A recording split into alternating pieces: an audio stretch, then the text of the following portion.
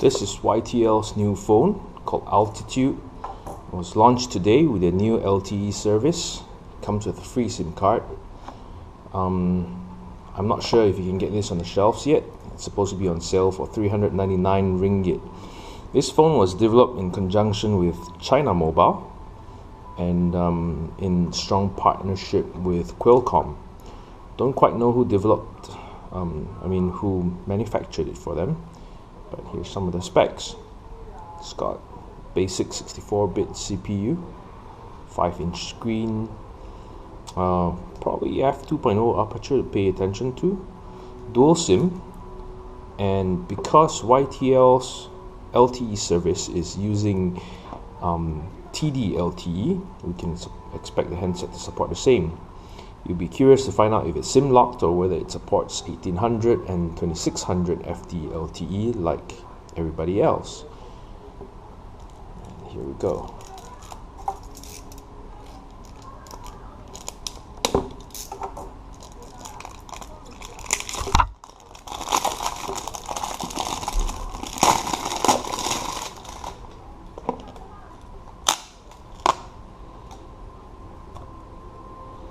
The actual retail box should look pretty much like this. The shrink wrap was added on to put the SIM card in and not, disappear somewhere during shipping. The color of the box and the security label looks a lot like Huawei. If you've seen any of the Honor phones recently.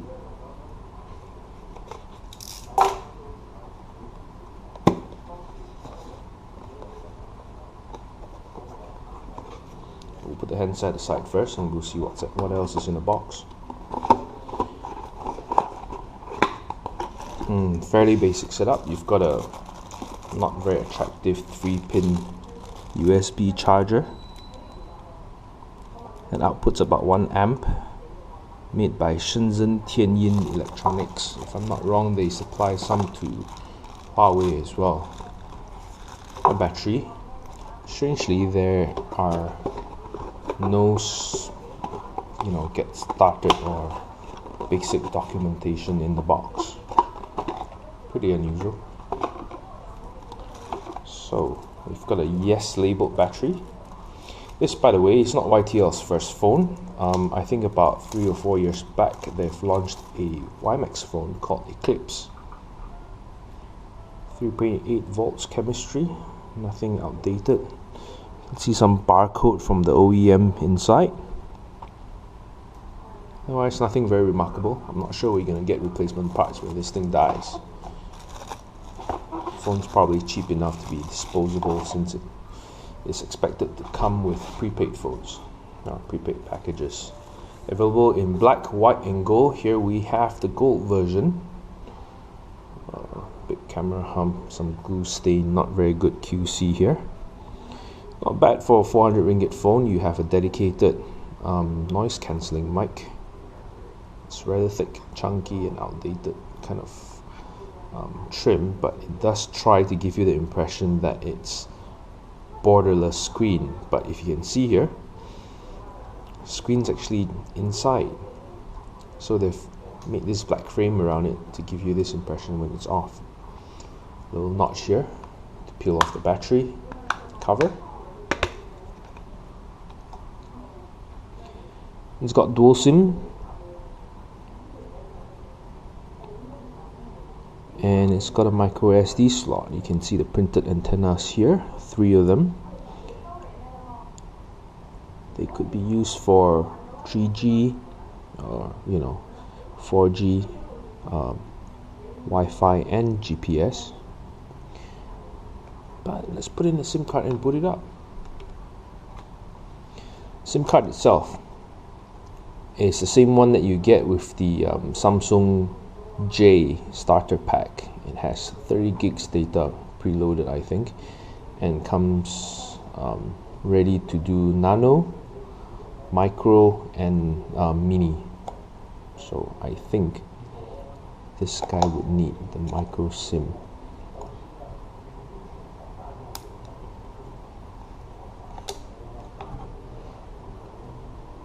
Hopefully it fits.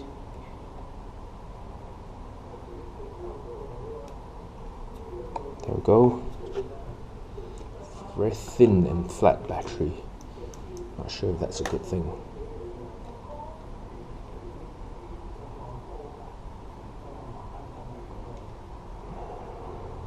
Using standard Phillips screws in the mid-frame, I might give this a tear down sometime down the road to find out more about the insides. Could give you a clue about who the OEM is.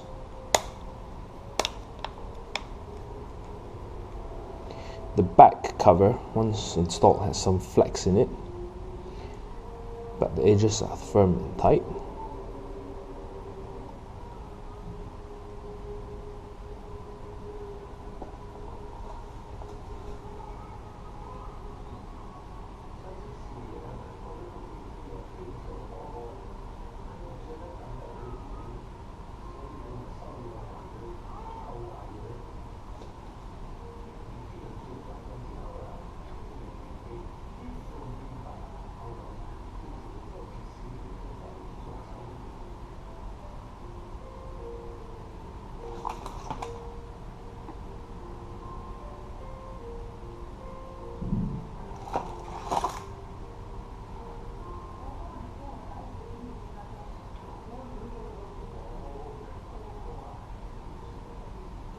Wow, that's certainly not very responsive.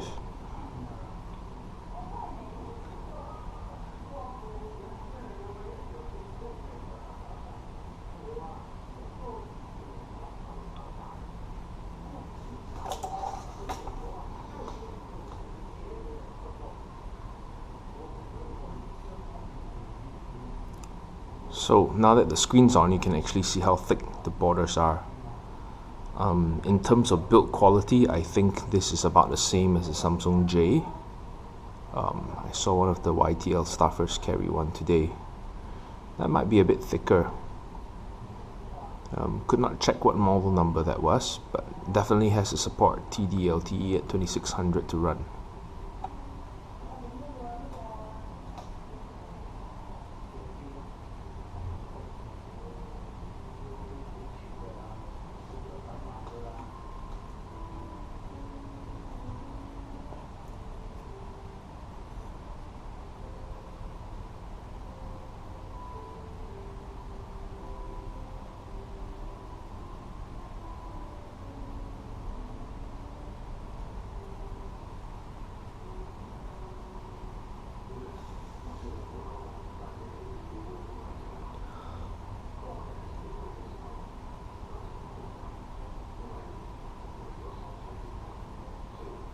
I've never seen this step before, and it's really taking its time.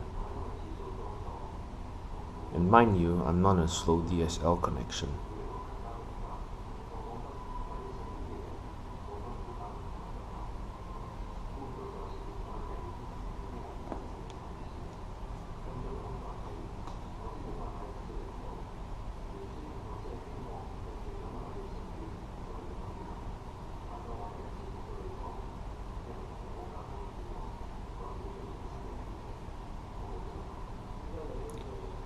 Perhaps it's because the device only has 1 gig of RAM, which can be a real pain to use on Android. I'm not sure who would want to sign up for something this slow if you're taking a postpaid contract and would still have to pay a little bit for the phone. You can see that response is not very fast.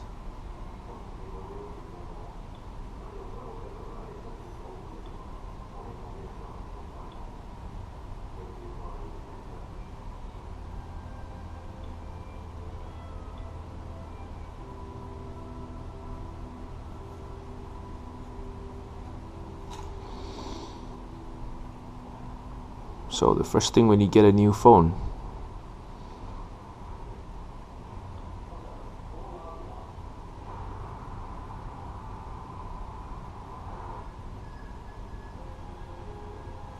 interesting, they've consolidated both IMEIs into one screen. A lot of phones do it in 2 screens.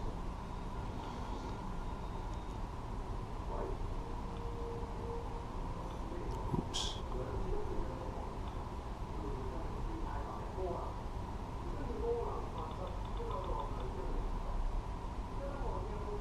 can see the model number is M631Y, which you cannot find anything about online.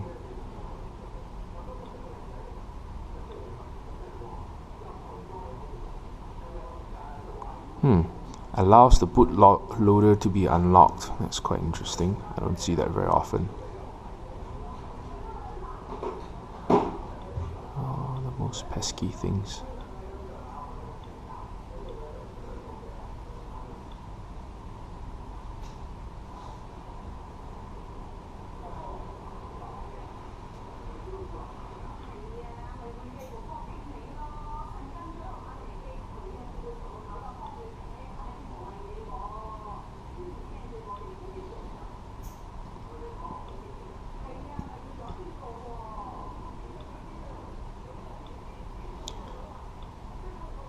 Looks almost like a Chinese ROM. If you've used Huawei or Xiaomi, you would have seen some of these options.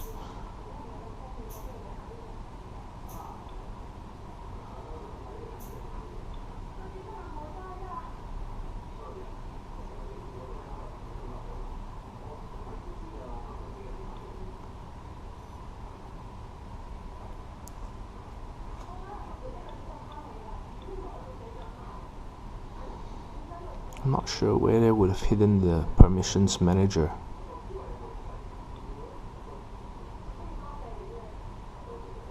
And they've preloaded it with some of their in-house apps like Service Hero. You've no doubt seen this app being advertised heavily when you're taking the KLIA Express.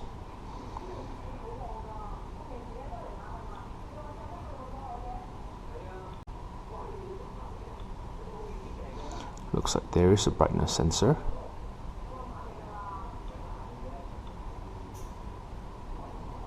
And otherwise, not much.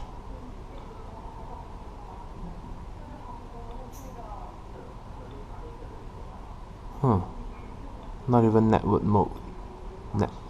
mode restrictions.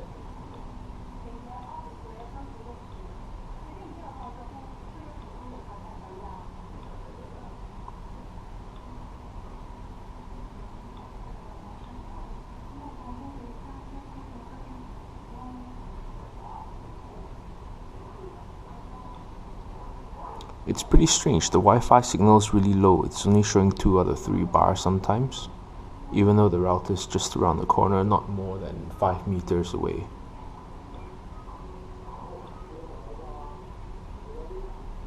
And network notification is off by default. That's weird too. Most of the time it's on.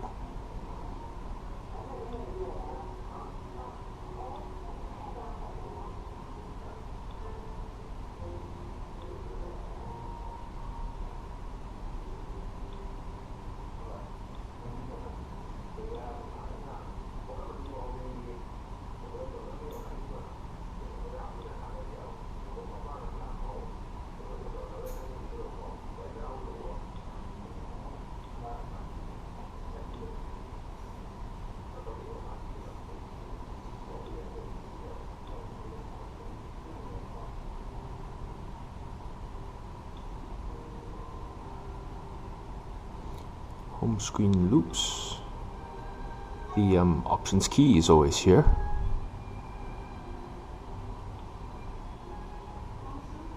And the UI doesn't seem to have any further settings.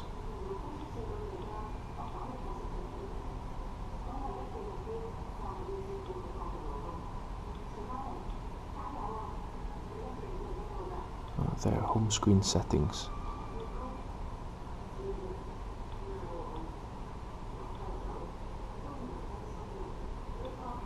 Not much going on. You can see that setting not working.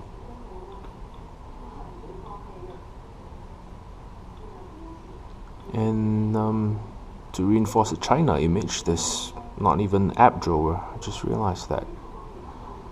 And so there we go. We'll be back with some of the apps and benchmarks after I've installed them. And we are back now with some basic apps to see what this phone is about.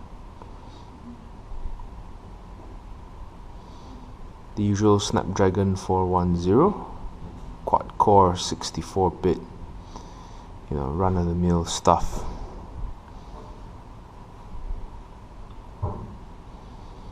It's apparently manufactured by a company called CMDC.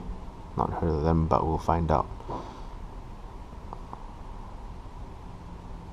As you can see, 1 gig RAM, there's not much left after you've taken it off for graphics and for OS. Still running a 32-bit kernel.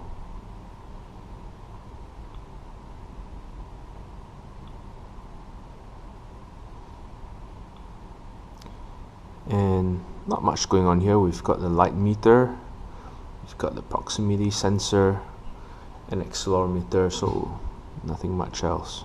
Don't expect too much from this.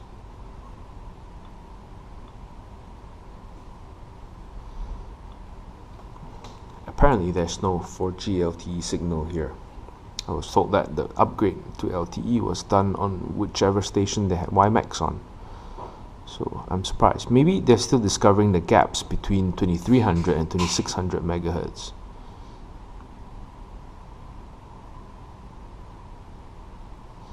So yes, the info looks pretty much like any FD-LTE. I've not seen any differences yet. Maybe I actually need to get into coverage. So pretty much the same info you've seen in CPU-Z.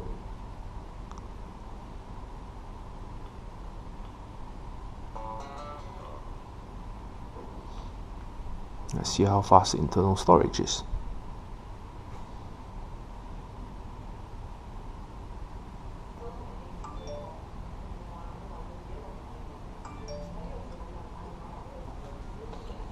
Oh, now you can see this is the reason behind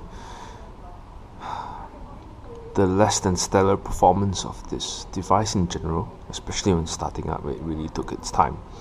Read speed is an unimpressive, just below 18 megabytes per second, and write is horrendous at 11 megabytes per second. This is by far worse than even the cheapest Huawei phones, which are pretty notorious for slow flash performance.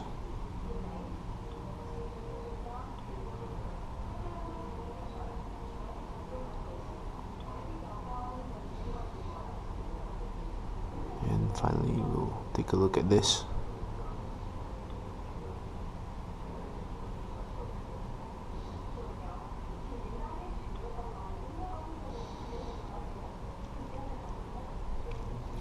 The usual info. Probably you can squeeze a bit more performance from this platform if the kernel had been compiled for 64-bit. Let's see how many fingers this guy registers. 3, 4, 5. It's not too bad. That's pretty much all the fingers you're going to put on a 5-inch screen anyway.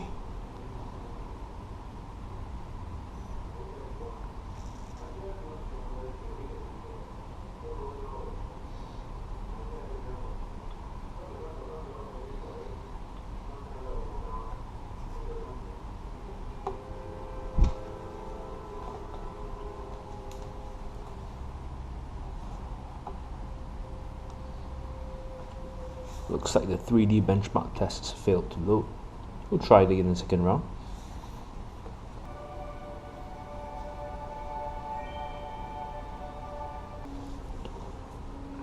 And there we go, 26,311 points. 3D benchmark unsupported. Really slow RAM operations as well.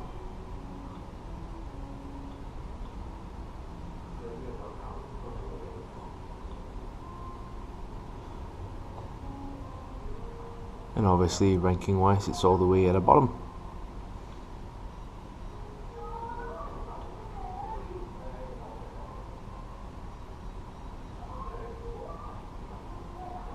Oh, now the 3D scene runs. I think this has happened to me a few times where it takes a second try. So hopefully the score improves after running the 3D marks.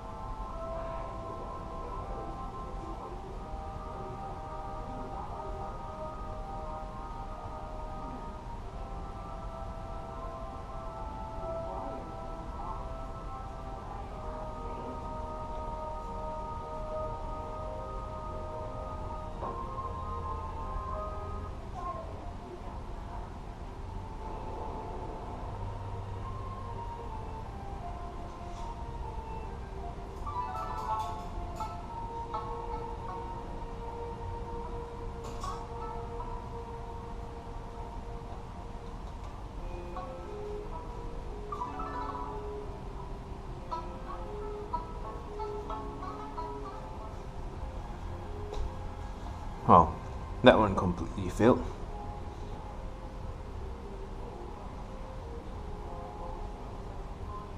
How did that happen?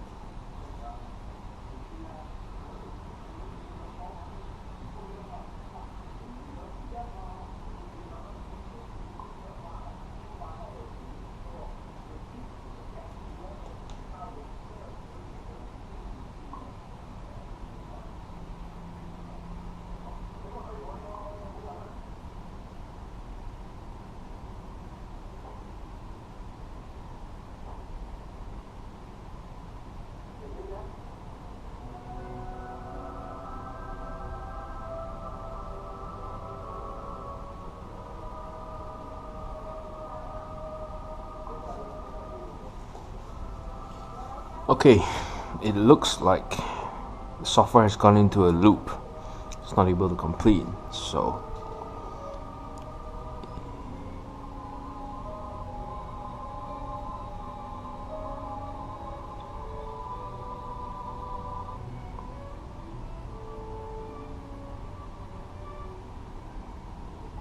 given how buggy this thing is, you probably don't want to buy it ever.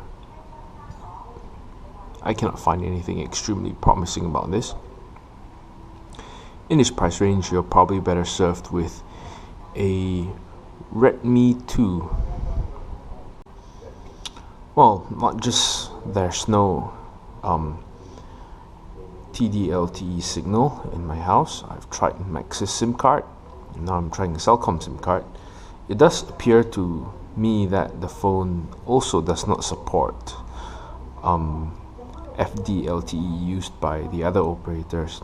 Either that or it's been SIM locked out and you're only able to use 3G.